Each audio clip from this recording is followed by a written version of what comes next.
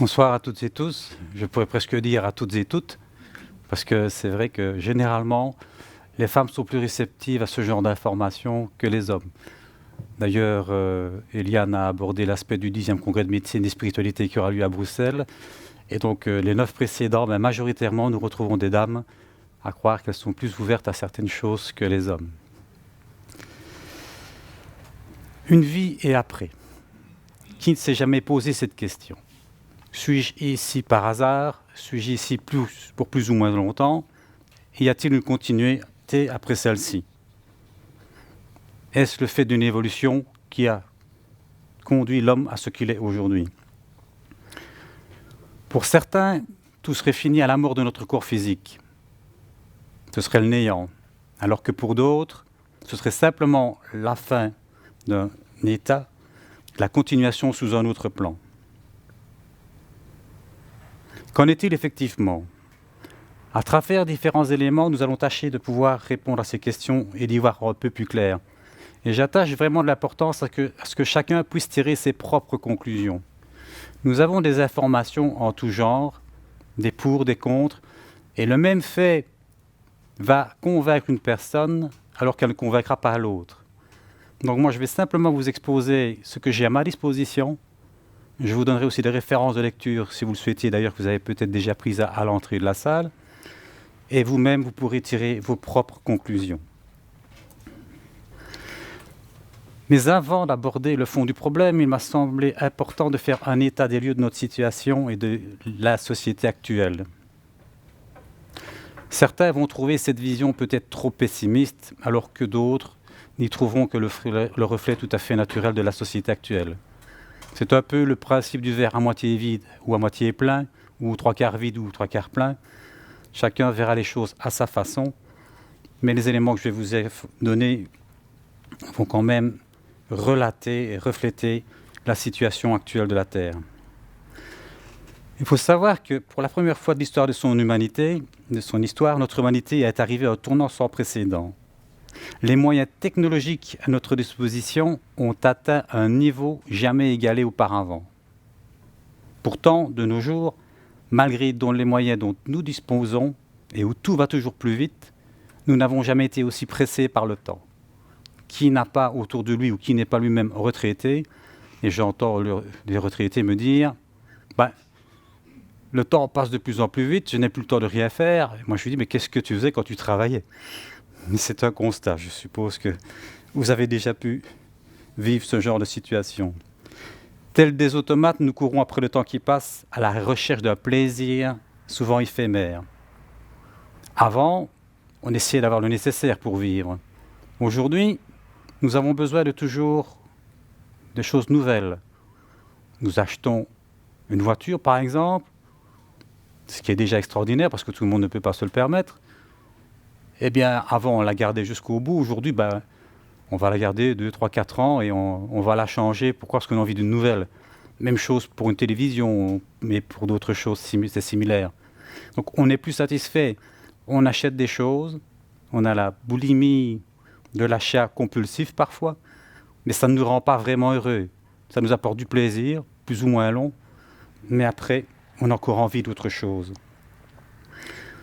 Le monde actuel semble avoir perdu ses repères et les valeurs ont changé. Tel un cheval fou que l'on ne sait plus arrêter, l'homme, sans s'en apercevoir, fonce droit dans le mur qu'il a lui-même construit. Nous aurons l'occasion de voir cela par la suite.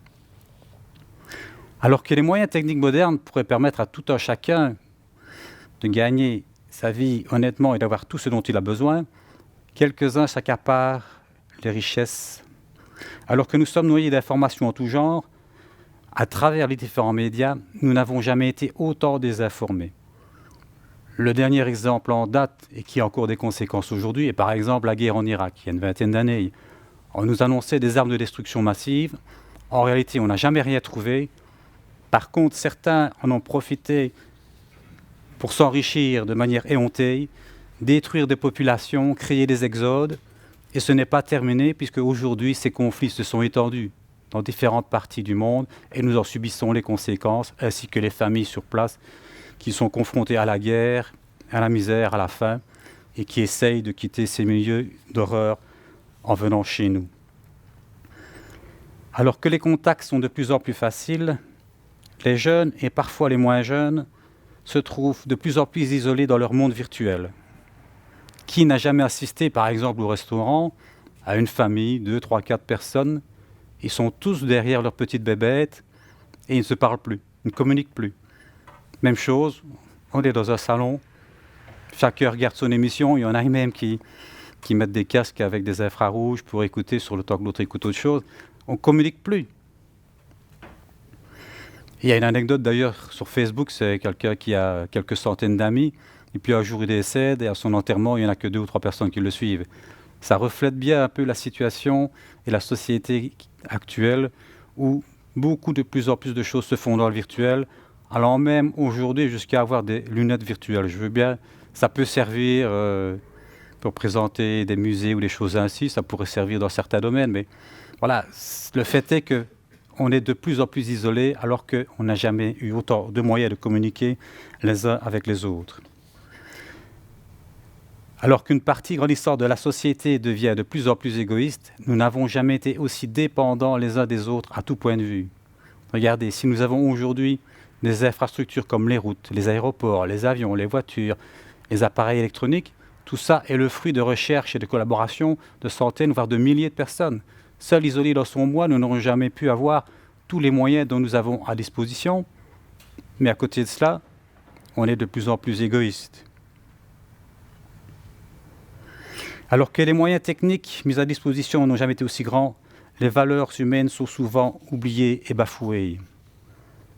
Quand on voit que des enfants en bas âge travaillent des heures et des heures par semaine, quand on voit qu'il y en a qui travaillent pour 30 € par mois, on se rend compte que quelque part, nous assoyons notre confort sur la misère et l'exploitation d'une bonne partie du monde. Notre monde donc est toujours aussi égoïste et cupide, au point pour certains de vouloir le pouvoir à tout prix, et quelles qu'en soient les conséquences. Il y a peu, la génération clic, comme je l'ai nommée, n'en déplaise à certains, est née. Cette génération dont une partie s'imagine pouvoir régler tous les problèmes de l'humanité assise dans le confort douillet d'un salon, avec un appareillage électronique quelconque. La technologie, c'est bien, ça sert, c'est utile, mais il faut parfois être sur le terrain. On ne peut pas rester dans le virtuel, on ne peut pas tout régler à travers les moyens électroniques. On ne peut pas non plus, je vois souvent des reportages où la création d'entreprises, de mini-entreprises avec des systèmes comme celui-là. Oui, mais il faudra toujours aussi des contacts humains, un travail sur le terrain et de relations les uns envers les autres. La question est celle-ci. Faut-il produire pour produire et enrichir quelques-uns, ou bien faut-il permettre à tout un chacun d'avoir ce dont il a besoin grâce aux fruits de son labeur? Et je dis bien grâce aux fruits de son labeur. Il n'est pas question ici de faire de l'assistanat, mais il est question de pouvoir permettre à chacun de gagner sa vie dignement pour vivre dignement. La réponse à cette question est pour moi évidente, et la mise en pratique de celle-ci sera la condition sine qua non si nous voulons que notre société se trouve un avenir durable, pour ne pas dire équitable. La nature a horreur du vide, le déséquilibre emmène le chaos, aussi bien dans l'univers qui nous entoure que dans le monde dans lequel nous vivons, et si nous atteignons des extrêmes, nous risquons de nous retrouver, comme à certaines périodes de l'humanité, avec des guerres à nos côtés. Chaque année, le jour de dépassement de la capacité de la Terre à se générer avance de quelques jours. Preuve que la majeure partie de l'humanité n'a pas encore pris conscience de la direction qu'elle a prise. Nous en sommes aujourd'hui arrivés à brûler le toit de notre maison Terre pour nous chauffer. Notre maison est en feu et nous nous préoccupons bien souvent plus de nous satisfaire nos besoins primaires et égoïstes. Que se passerait-il si les milliards d'humains que nous sommes vivaient tous comme des Occidentaux? Que se passera-t-il demain lorsque les pays en plein développement économique vivront comme nous? La Terre sera-t-elle encore à même de subvenir aux besoins de tous? De toute évidence, non. Combien de temps allons-nous pouvoir continuer de la sorte? Quel avenir réservons-nous à nos enfants et aux générations futures. Malheureusement, l'égoïsme a pris une place de plus en plus importante et peu nombreux sont ceux qui se demandent pourquoi et comment 1% de l'humanité possède autant que les 99 autres pourcents. Il est fort heureux qu'une partie des matérialistes aient des enfants ou petits-enfants et qu'ils pensent à eux, ce qui les motive à ne pas laisser un trop grand cimetière derrière eux, sinon le désastre serait peut-être encore plus grand. À mon avis, cette vision et façon de fonctionner n'a qu'une seule et même origine. Une vision trop restreinte de la vie, pensant qu'il faut profiter à tout prix de l'instant présent, car après, c'est le néant. Et tant pis pour ceux qui sont nés du mauvais côté. Tout le monde ne pense pas ainsi, mais malheureusement, notre société fonctionne ainsi. On pourrait se demander comment nous en sommes arrivés là. Il faut savoir que les anciens dieux ont été remplacés par des nouveaux qui se nomment argent et pouvoir. Rien n'arrête plus cette société du profit et de la recherche du plaisir instantané, au risque même de perdre son âme. Plus rien n'arrête l'extravagance. Et comme je l'ai déjà entendu dire par certains conférenciers, il est aujourd'hui plus facile de parler de sexe que de spiritualité. Si nous en sommes arrivés là aujourd'hui, c'est probablement dû en partie à une vision trop matérielle de notre monde, au détriment d'une vision spirituelle de celui-ci. Il est évident que si après c'est le néant, pourquoi est-ce que je me priverais? Pourquoi est-ce que je me préoccuperais des autres? J'ai par exemple entendu une fois un collègue à qui on faisait la remarque qui jetait ses piles dans la poubelle. Bon, de toute façon, après, moi, je m'en fous, ça ne m'intéresse pas. Voilà le genre de conditionnement que l'on crée indirectement en ayant une vision restreinte de la vie. Cette vision tronquée et restreinte a eu pour conséquence de promouvoir indirectement une conception trop limitée de la vie, la matière et rien d'autre. De son côté, la science qui était censée étudier l'univers qui nous entoure sous tous ses aspects et sous toutes ses formes, sans idées préconçues, s'est progressivement enfermée il y a quelques siècles dans des postulats qui sont devenus progressivement des dogmes réductionnistes. À tel point que l'idée n'était plus de vérifier si notre conscience était indépendante de notre cerveau, ouvrant ainsi la porte à d'autres réalités, mais de prouver au contraire qu'elle était uniquement une émanation de celui-ci, mettant fin à toute idée d'une réalité en dehors de la matière. Tout comme moi, vous aurez peut-être constaté que la vision de plus en plus matérialiste de la vie a pris naissance avec le développement des sciences dites modernes. Depuis, notre société, occidentale principalement, a renoncé et souvent même repoussé toute notion de spiritualité, mais heureusement aujourd'hui les choses sont progressivement en train de changer. Il est évident que la superstition et le charlatanisme, mélangés à une partie de réalité, n'a fait qu'accentuer cette aversion. Mais avec l'arrivée des sciences modernes, de dogmes religieux, nous sommes malheureusement progressivement passés à un dogme matérialiste, refusant toute notion d'une conscience existant indépendamment de notre corps physique, ainsi que de l'action possible de celle-ci sur la matière. Au départ, tout s'est passé comme si les découvertes scientifiques allaient pouvoir apporter la réponse à toutes les questions existentielles que se pose l'homme.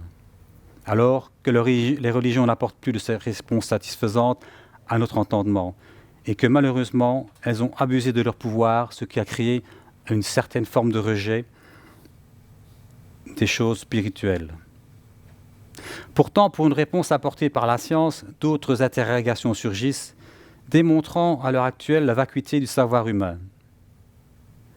L'homme a remplacé les anciens dieux par un nouveau qui, au dire de certains, lui paraît-il supérieur.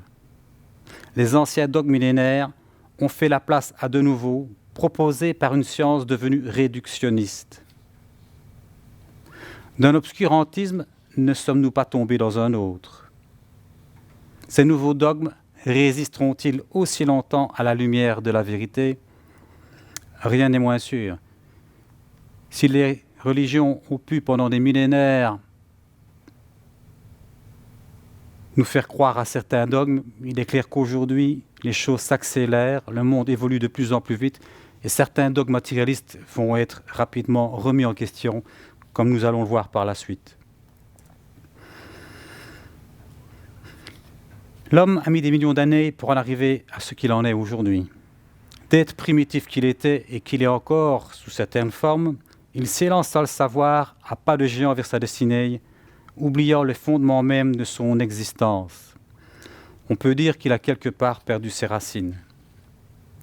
Certains en sont arrivés à oublier que la terre, qu'ils sont en train de fouler aux pieds, est la source même de leur survie et que sans elle, ils ne pourraient exister ni subsister.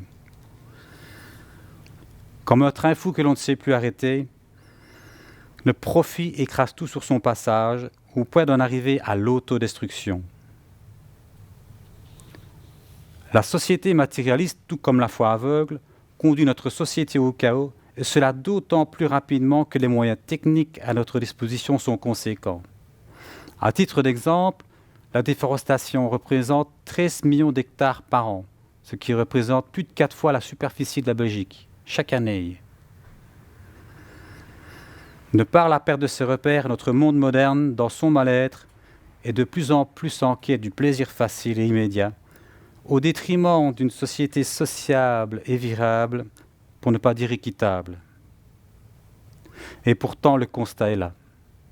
De plus en plus un pays est avancé technologiquement, plus le taux de suicide est important, ce qui démontre le malaise dans lequel nous nous trouvons actuellement, sans encore aborder l'aspect de l'euthanasie. C'est ainsi qu'à titre d'exemple, aux USA, la 4e cause de décès des enfants de 10 à 14 ans est le suicide. La Belgique a le triste record d'avoir le taux de suicide le plus élevé en Europe. 11% des enfants de 15 à 24 ans se suicident dans le total des décès. Et en France, nous avons 29 suicides par jour.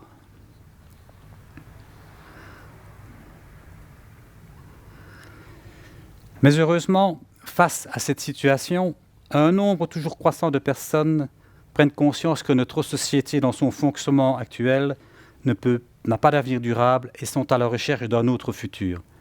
Et c'est assez curieux de constater que, croyants ou non croyants, on a des personnes qui ne veulent plus une société comme elle fonctionne au jour d'aujourd'hui. Certaines de ces personnes croyantes ont parfois le sentiment profond que la vie ne se limite pas à la matière. Elles ont le sentiment profond qu'il y a quelque chose derrière les choses, quelque chose qui nous échappe et que la vie est bien plus vaste que ce que l'on peut percevoir par nos 5 sens, que je qualifierais de limités. Ces personnes recherchent des valeurs sûres et durables, en lieu et place de ce que leur propose la société de la surconsommation. J'en ai déjà parlé, on n'est plus satisfait de rien. Prenons l'exemple de la publicité. Beaucoup de personnes croient ne pas être influencées par la publicité. Croyez-moi, c'est faux. Des milliards et des milliards sont dépensés de la publicité. Si ça ne rapportait pas bien plus, ça ne serait pas le cas. Avant, on voulait acheter quelque chose par besoin, donc on se renseignait pour voir si ça existait ou ça était le meilleur et tout ça. Au jour d'aujourd'hui, qui ne reçoit pas ces publicités commence à les feuilleter et se dire « j'achèterais peut-être bien ça, ça pourrait me servir ». Donc on a une démarche totalement inverse. On voit des publicités, on va acheter des choses qui, bien souvent, vont rester dans un tiroir. Alors que précédemment, on n'achetait que par besoin, par nécessité. Donc ces personnes ne sont plus d'accord avec l'avenir qu'on leur propose. Le tout avoir auquel elles croyaient ne leur apporte pas vraiment le bonheur. Elles sont en recherche d'un vrai but pour leur existence, de quelque chose qui pourra nourrir leurs légitimes espérances. Et on constate qu'elles attachent plus d'importance aux humains qu'aux biens matériels. Elles vont quelque part vers un retour aux vraies valeurs. Certains s'égarent en chemin, croyant avoir trouvé un idéal et tombent dans des sectes. Mais d'autres découvrent qu'il y a d'autres réalités que celles que nous présente un matérialisme pur et dur.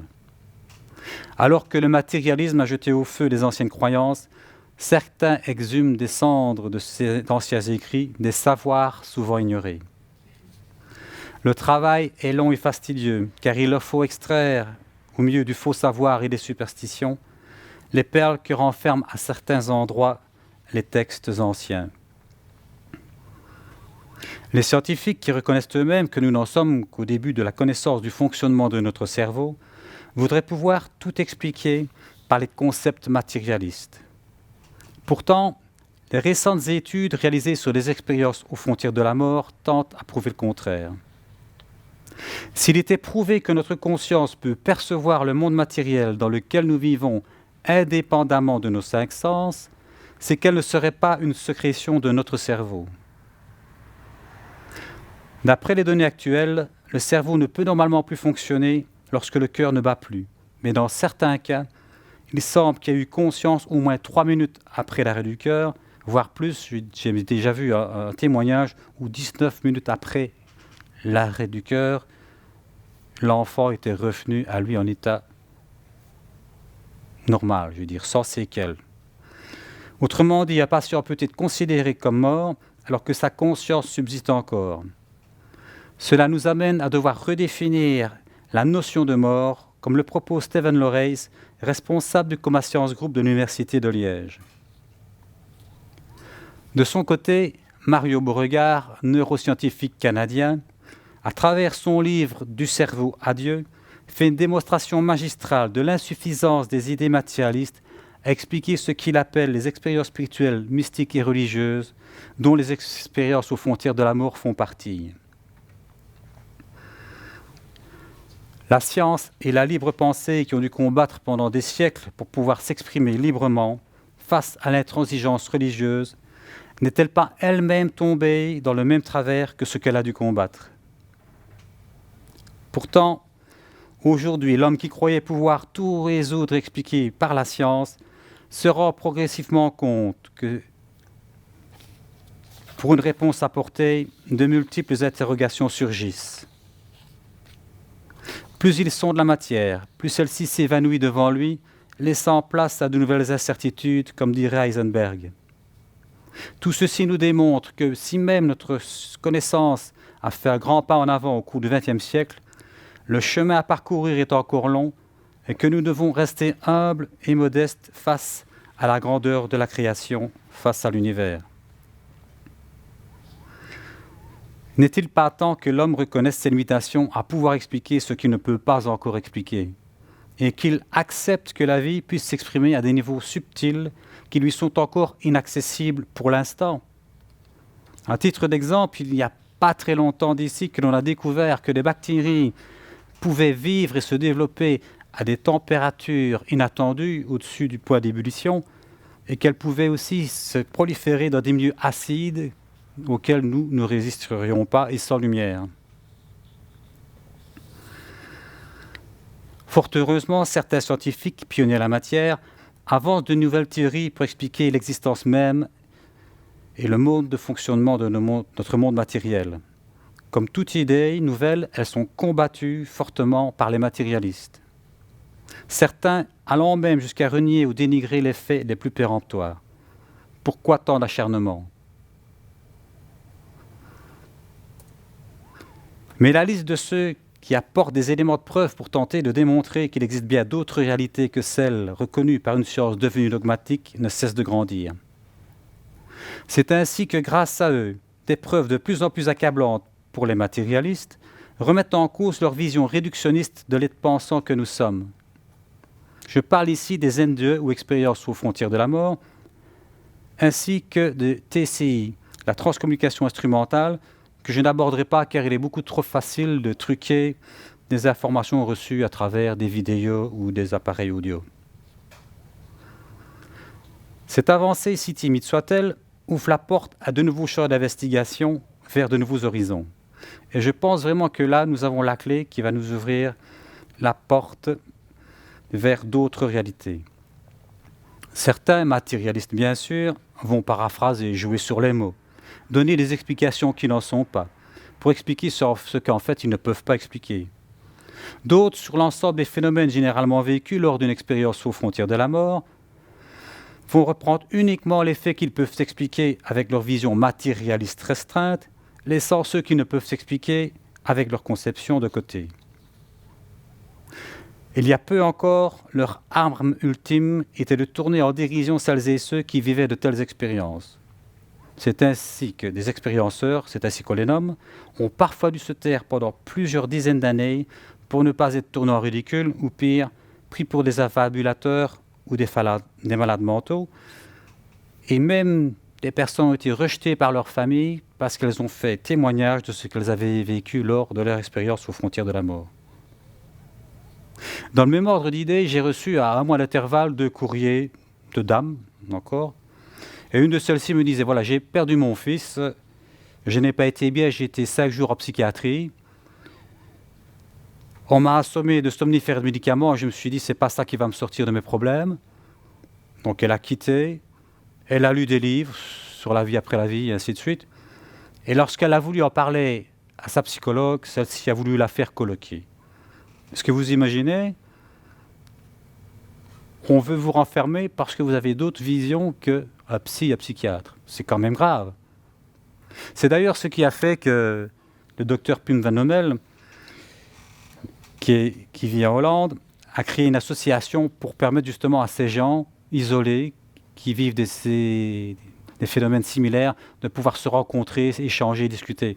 C'est très important de pouvoir s'exprimer sur ce que l'on a vécu. Je plains Jean de Herzl qui a dû se taire pendant 50 ans.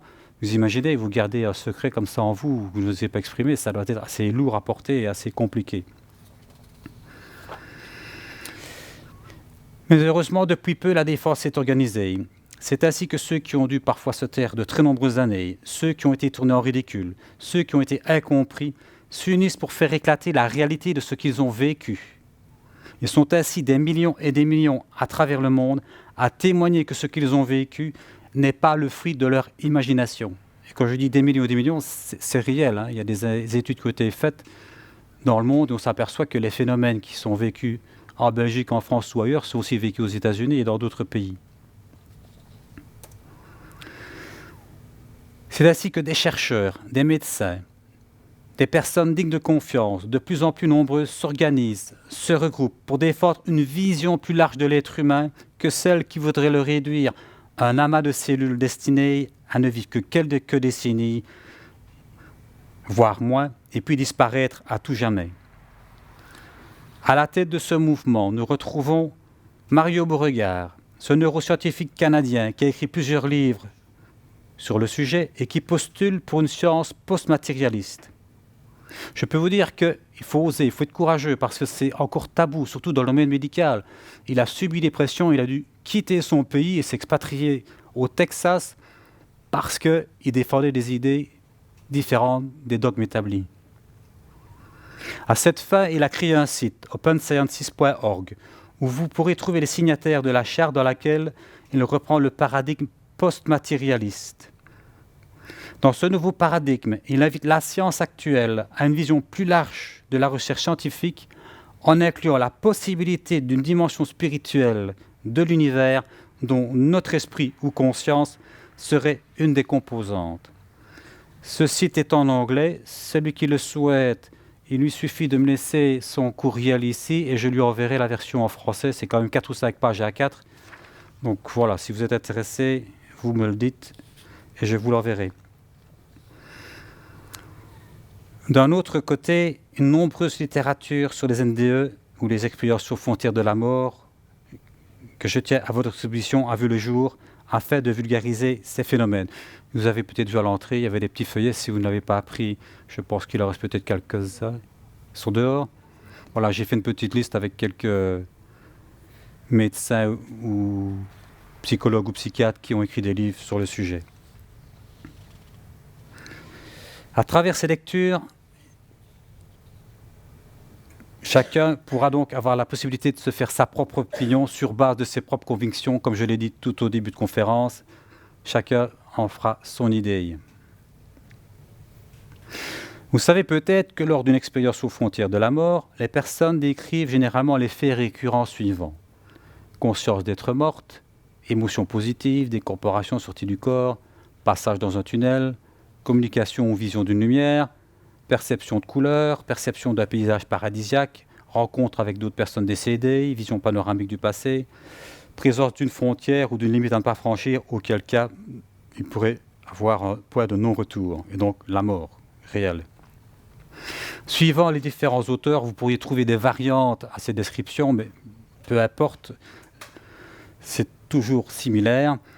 Et ce qui est à constater aussi, c'est que tout le monde, lors d'une expérience aux frontières de la mort, ne vit pas spécifiquement les 10 phénomènes repris ici. Parfois, il y en a qui n'en vivent que 1 ou 2 ou 3 ou 4. Donc, c'est l'ensemble des faits recueillis qui ont permis d'établir cette liste. Le docteur Pimlonel, par exemple, a écrit un livre intitulé « Mort ou pas ?» point d'interrogation. Dans ce livre, il reprend une étude à long terme sur le sujet. Il a fait une étude pendant 8 ans. À travers ses recherches, il a pu constater qu'un nombre important de patients n'avaient plus peur de la mort suite à cela, et étaient moins attachés au matériel et portaient beaucoup plus d'attention aux personnes et aux rapports humains. Dans certains cas, des capacités psy ou paranormales sont apparues.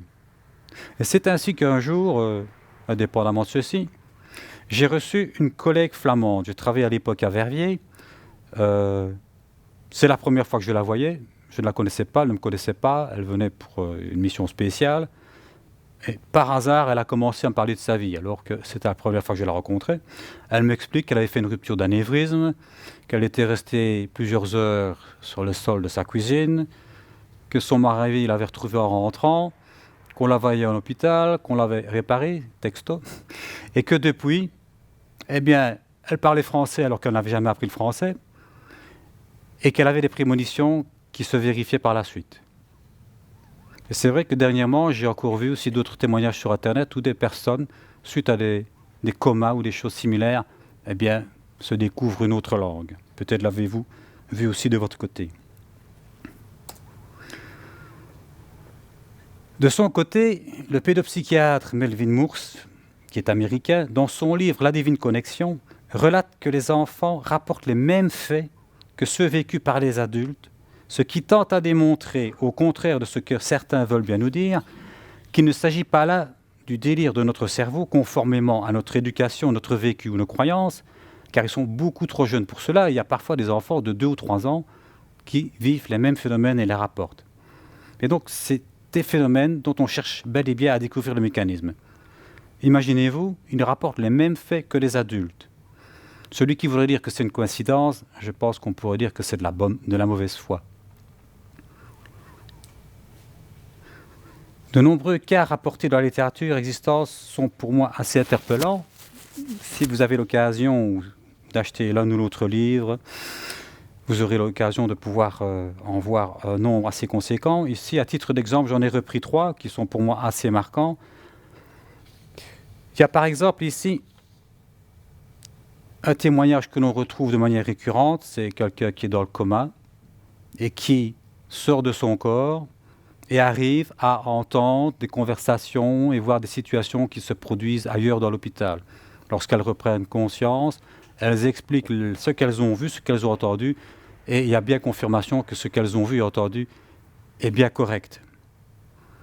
Un deuxième exemple qui est assez humoristique, c'est aussi un qui est dans le coma, il quitte son corps, il se promène dans la rue, et il voit coincé dans un soupirail une chaussure de basket, pas deux, une chaussure de basket. Et donc il revient à lui, il explique, et on va vérifier, il y a bel et bien la chaussure de basket qui se trouve là coincée dans un avaloir.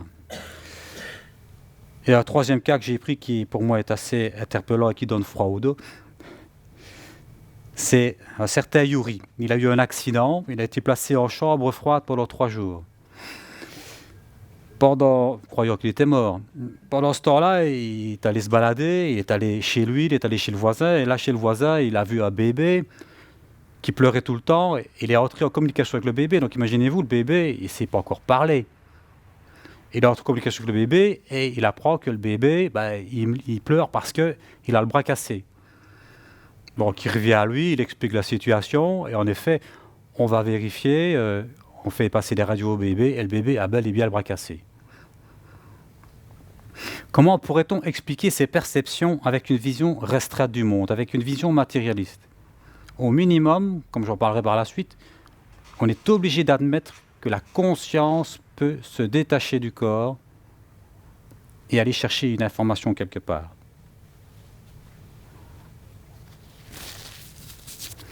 Mais ce que nous redécouvrons à travers les expériences aux frontières de la mort se retrouve également par voie médiumnique ou psy. J'ai par exemple un jour un papa qui me téléphone assez catastrophé, je ne comprends pas pourquoi, parce que quelque part il a eu l'explication lui-même, mais bon, il m'explique, voilà, j'ai mon petit gamin, il a 3 ans, et il joue avec un personnage invisible, comme ça arrive souvent.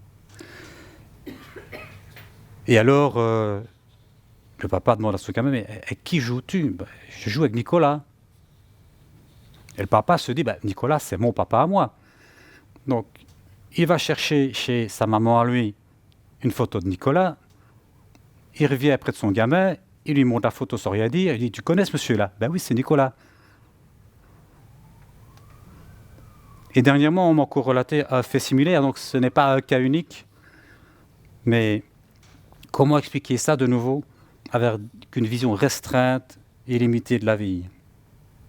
À 3 ans, il n'avait pas connu son grand-père, donc ce n'était pas possible pour lui de reconnaître Nicolas. Au vu des cas exposés, la science matérialiste ne nous apporte pas d'explication crédible à ce type de perception.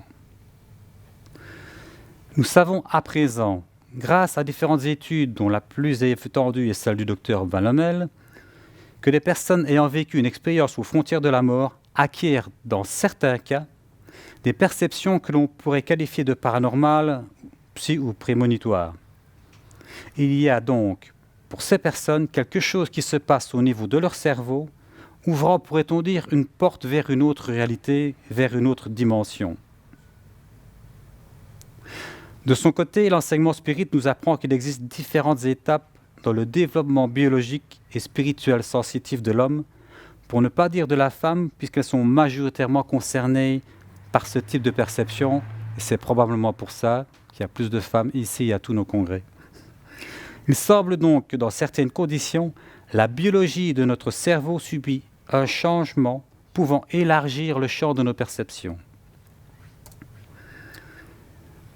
À ce sujet, le docteur Sergio Filipe de Oliveira a mis une théorie selon laquelle la glande pinéale, indépendamment de ses fonctions biologiques connues, serait un genre d'émetteur-récepteur, une antenne, d'un niveau subtil qui échappe actuellement au champ d'investigation de l'homme.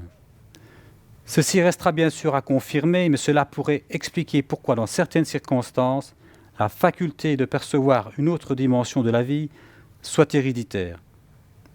Et c'est vrai qu'avant de savoir cette information, j'ai déjà reçu de nombreuses personnes qui me disaient ma mère ou ma grand-mère était médium, moi je suis médium, je perçois des choses que d'autres ne perçoivent pas, mais ça vient aussi de famille.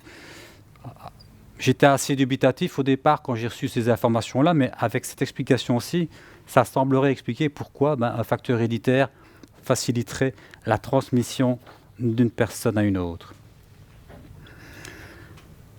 À partir de ces constatations, de nombreuses interrogations surgissent auxquelles le monde scientifique devra répondre en menant des investigations sérieuses, mais surtout objectives. Si la science venait bien confirmer la survivance de notre conscience, le nombre de questions que nous devrons nous poser serait encore plus vaste, car ces découvertes n'impliquent pas seulement les domaines de soins de santé, comme j'en parlerai tout à l'heure, mais aussi tout notre système de valeurs actuel et le mode de fonctionnement de notre société entière. Comme je viens de le souligner, ce que nous découvrons aujourd'hui au travers des expériences aux frontières de la mort et autres phénomènes nouveaux n'est autre chose que la confirmation de ce que d'autres ont vécu et vivent encore à travers d'autres types d'expériences que l'on peut nommer psy, médiumniques ou spirituelles. Nos amis de l'au-delà, comme ceux perçus lors d'expériences aux frontières de la mort, nous apprennent que les phénomènes de ce type, de quelque nature qu'ils soient, n'ont d'autre but que de tenter de nous prouver que nous sommes des êtres immortels, parcelles de conscience en évolution, émanant de la conscience universelle que certains appellent Dieu. Il nous explique que par notre travail, nous devons nous améliorer pour atteindre un jour d'autres horizons que le plan matériel dans lequel nous sommes quelque part actuellement enfermés. Celui qui a bien compris que sa vie n'est pas limitée à quelques décennies est tout naturellement amené à s'interroger, à envisager l'existence sous un autre angle, Cette prise de conscience lui ouvre alors d'autres horizons jusque-là insoupçonnés. Le monde spirituel qui nous entoure et avec lequel nous pouvons être en contact dans diverses circonstances nous a transmis un enseignement sans précédent, repris dans la philosophie spirite codifiée par Allan Kardec.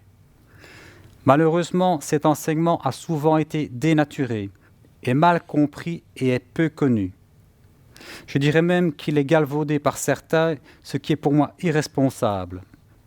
Celui qui le souhaite a peut-être déjà pris un feuillet explicatif par rapport à cela.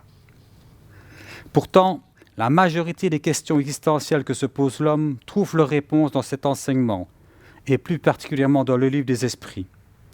Il nous explique entre autres l'interaction qui existe entre nous, les vivants, et ceux que l'on appelle les morts. Interaction qui, comme nous venons de le voir, peut avoir lieu lors d'une expérience aux frontières de la mort. Cet enseignement s'est poursuivi au XXe siècle, au travers d'un médium brésilien, Chico Xavier, qui a écrit plus de 460 livres en écriture automatique. Pour ceux qui ne le savent pas, c'est quoi ? C'est quelqu'un qui a la faculté de percevoir une information venue d'un autre plan et de la retranscrire par écrit. Imaginez-vous, elle écrit plus de 460 livres. Même un auteur en état de conscience, je le défie de faire 460 livres qui veulent dire quelque chose, par copie à bottin.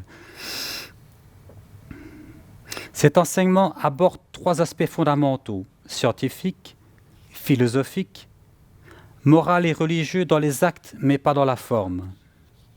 Il nous explique d'où on vient, vers où nous allons et comment faire pour y parvenir, ainsi que l'interaction qui existe entre nos deux mondes. La médiumnité ou perception psycho-spirituelle, qu'importe, n'étant qu'un moyen de communication, mais pas une finalité en soi, et surtout pas un jeu. Cet enseignement implique par voie de conséquence une prise en compte intégrale de l'être humain et de son environnement, en tenant compte de ses différentes dimensions physiques et spirituelles. Il nous fait prendre conscience du nouveau champ d'investigation qui s'ouvre à l'homme pour mener à bien sa destinée.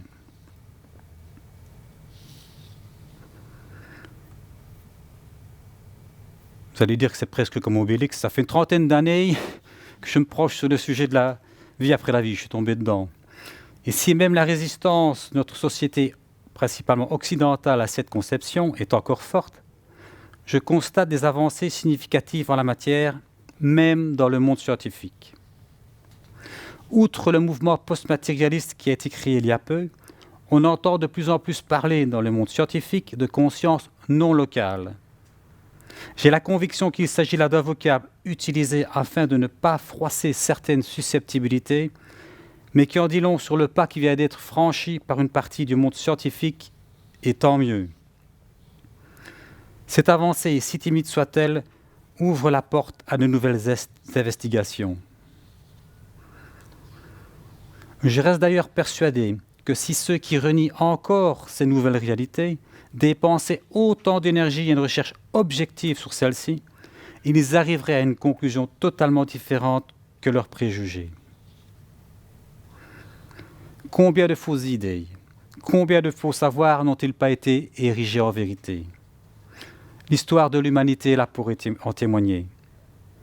À l'inverse, combien de grandes vérités n'ont-elles pas été rejetées ou ridiculisées avant d'être reconnues comme telles ? N'est-il pas temps que la spiritualité et la science marchent côte à côte pour combattre ensemble la superstition, l'ignorance et le matérialisme effréné au profit d'une nouvelle science qui englobe la connaissance des lois physiques et des lois spirituelles ?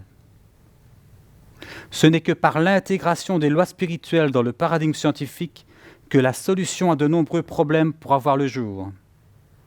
Ce n'est que dans cette vision complémentaire des choses que l'on pourra remettre l'homme au cœur de la société pour la réalisation d'un monde meilleur. Je suis convaincu, comme un nombre toujours croissant de personnes, que les recherches sérieuses et approfondies et objectives qui ont été menées jusqu'à ce jour et celles qui seront menées dans les années à venir sur des expériences aux frontières de la mort et le cerveau, arriveront à démontrer, à confirmer la réalité de notre conscience non locale, conscience qui peut, dans certaines conditions capter, entre guillemets, des informations se situant au-delà du champ de nos perceptions habituelles et les rapporter, entre guillemets, au niveau de notre conscience locale afin de les exprimer clairement.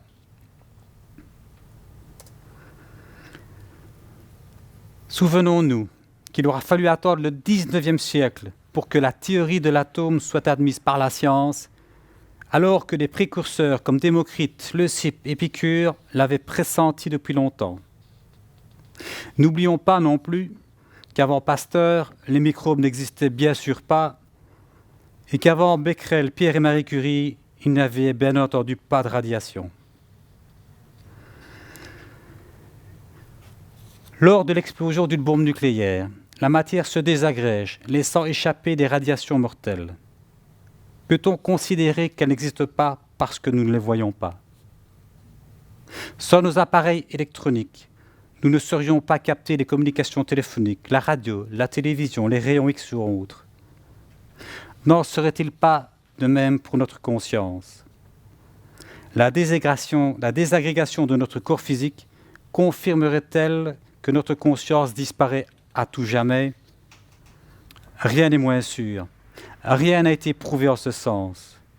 Et n'oublions jamais que rien ne se perd, rien ne se transforme, rien ne se crée, tout se transforme,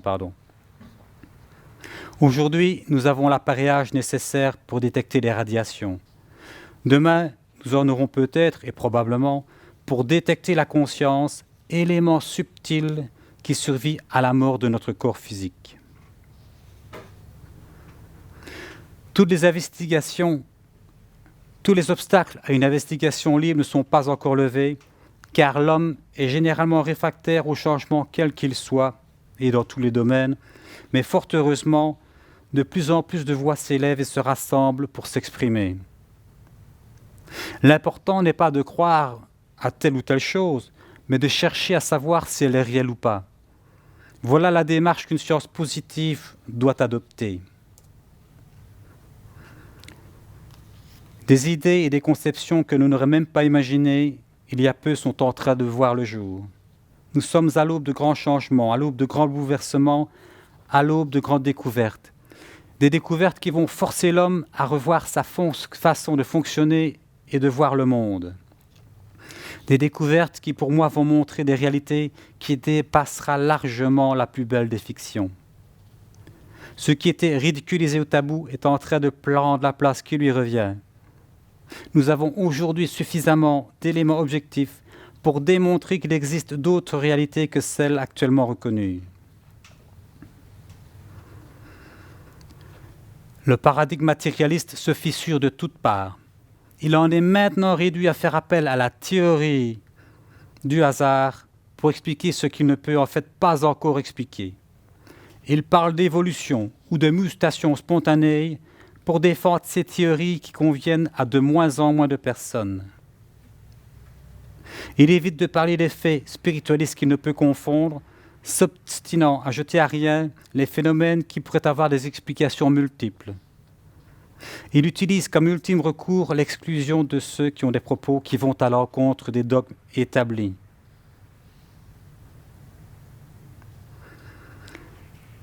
Alors que le spirituel s'ouvre à la science pour marcher de concert, la science reste encore majoritairement fermée sur elle-même.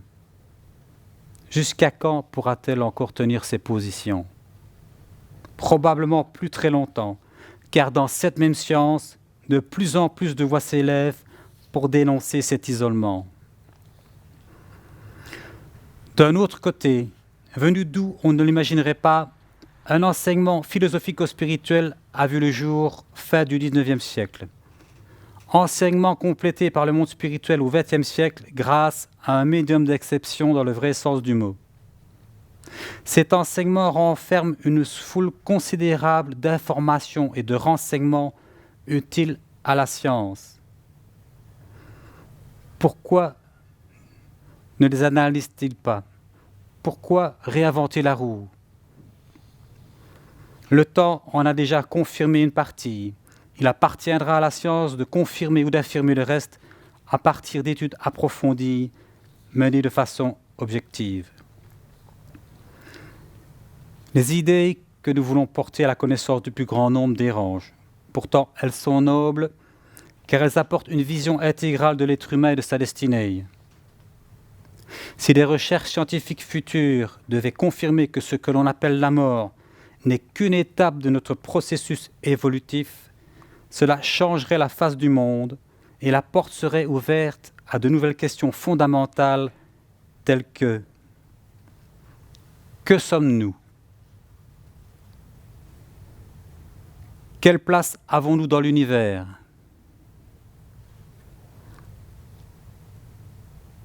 Quel est notre devenir? Que devient notre conscience à la mort de notre corps physique? S'il est démontré que notre conscience est non locale, peut-elle continuer à exister indépendamment de notre corps physique? Autrement dit, survit-elle à la mort de celui-ci? Notre conscience ne fait-elle qu'un seul passage dans un corps de chair ou en fait-elle plusieurs?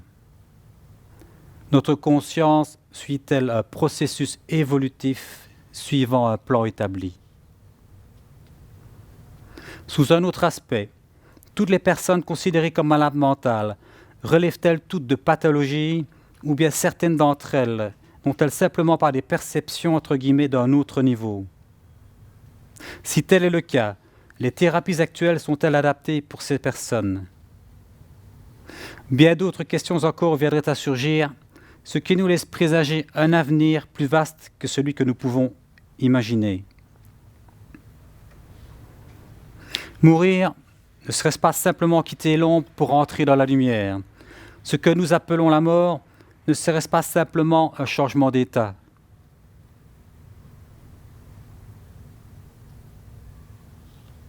Un monde et ses conceptions est en train de prendre fin pour faire place à un autre, aux idées tournées vers le futur. Croire que nous sommes arrivés à l'apogée de nos connaissances serait une grave erreur. Le devoir de la science moderne est de faire reculer sans cesse les limites de notre savoir pour peut-être découvrir un jour que ce que l'on a combattu fortement est devenu ce que l'on a de plus cher à défendre, la réalité de notre conscience immortelle, indépendante de l'espace et du temps. Ce ne sera qu'en revenant aux bases mêmes du pourquoi de la vie que nous pourrons résoudre les problèmes qui gangrènent la société actuelle. D'abord en prenant conscience, ensuite en réajustant notre comportement en conformité avec les lois de la vie. Mais pour cela, il nous faut des personnes responsables dans le vrai sens du terme, des personnes qui auront à cœur de défendre les valeurs éthiques et morales qui manquent souvent à notre société. Tôt ou tard, il faudra replacer l'homme au cœur de la société, faute de quoi à terme elle serait vouée à disparaître, ce que je ne peux me résoudre à croire. À titre de conclusion, pour mieux vous permettre d'appréhender notre devenir, je me permets de vous lire un bref extrait du livre « Le problème de l'être et de la destinée » de Léon Denis, appelé aussi le poète du spiritisme. Je cite. « La vie est une vibration immense qui emplit l'univers et dont le foyer est Dieu ou conscience universelle. Chaque âme, étincelle détachée du foyer divin, devient à son tour un foyer de vibrations qui varieront, augmenteront d'amplitude et d'intensité suivant le degré d'élévation de l'être. L'âme, c'est le principe de l'intelligence et de la vie en nous. Essence mystérieuse, elle échappe à l'analyse comme tout ce qui émane de l'absolu.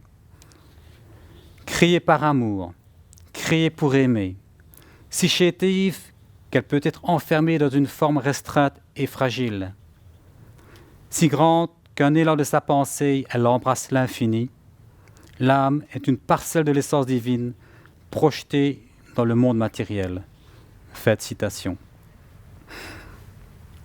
Cette vision, que dis-je, cette réalité n'est-elle pas bien plus extraordinaire et motivante que la vision matérialiste qui nous réduit à un assemblage de molécules destinées à disparaître à tout jamais? De toute évidence, lorsque l'homme prendra en considération sa raison d'être et sa destinée, de nouveaux horizons s'ouvriront à lui et le monde s'élèvera enfin vers son avenir et vers son bonheur. Je vous remercie de votre attention.